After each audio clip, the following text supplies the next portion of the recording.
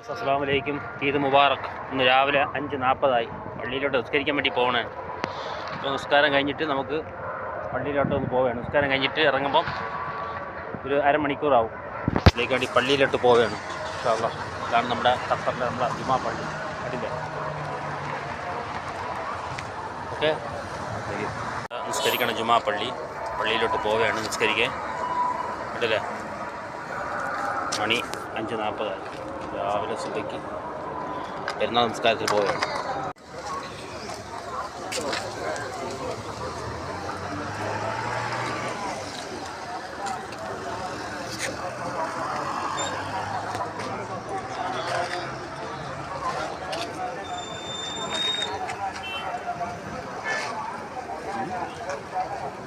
അസ്സലാമലൈക്കും. Hello guys. അങ്ങനെ പള്ളിയിൽ നിസ്കാരം കഴിഞ്ഞ് ഞങ്ങൾ ഇറങ്ങിയാണ്.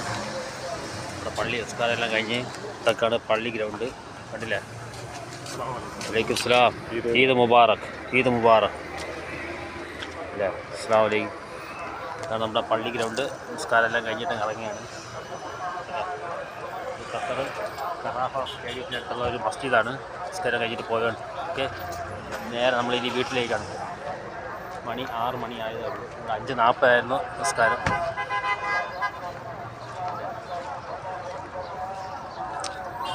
Hello guys.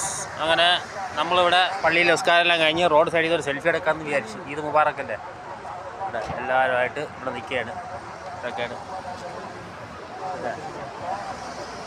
ഇടയ്ക്കിടയ്ക്ക് ഒന്ന് പുറത്തൊക്കെ ഇറങ്ങി എടുക്കാനുള്ള സമയങ്ങളൊന്നും നമുക്കില്ല. നമ്മളെ ജോലി വേറെയാണ്. ഇന്ന് പള്ളിയിലായതുകൊണ്ട് രാവിലെ ഇറങ്ങി.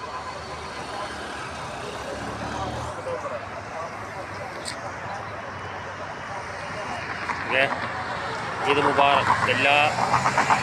എല്ലാ ഫ്രണ്ട്സുകാർക്കും എൻ്റെ ഈദ് മുബാറക് ഞാൻ നേരുന്നു. ഓക്കെ, അസ്സലാമു അലൈക്കും. Thank you. നമ്മുടെ ഖത്തർ ഖറാഫ ഗ്രൗണ്ടിൻ്റെ അടുത്തുള്ള പള്ളി സ്റ്റേഡിയത്തിൻ്റെ അടുത്തുള്ള റോഡ് സൈഡാണ് അല്ലേ? ഇതൊക്കെ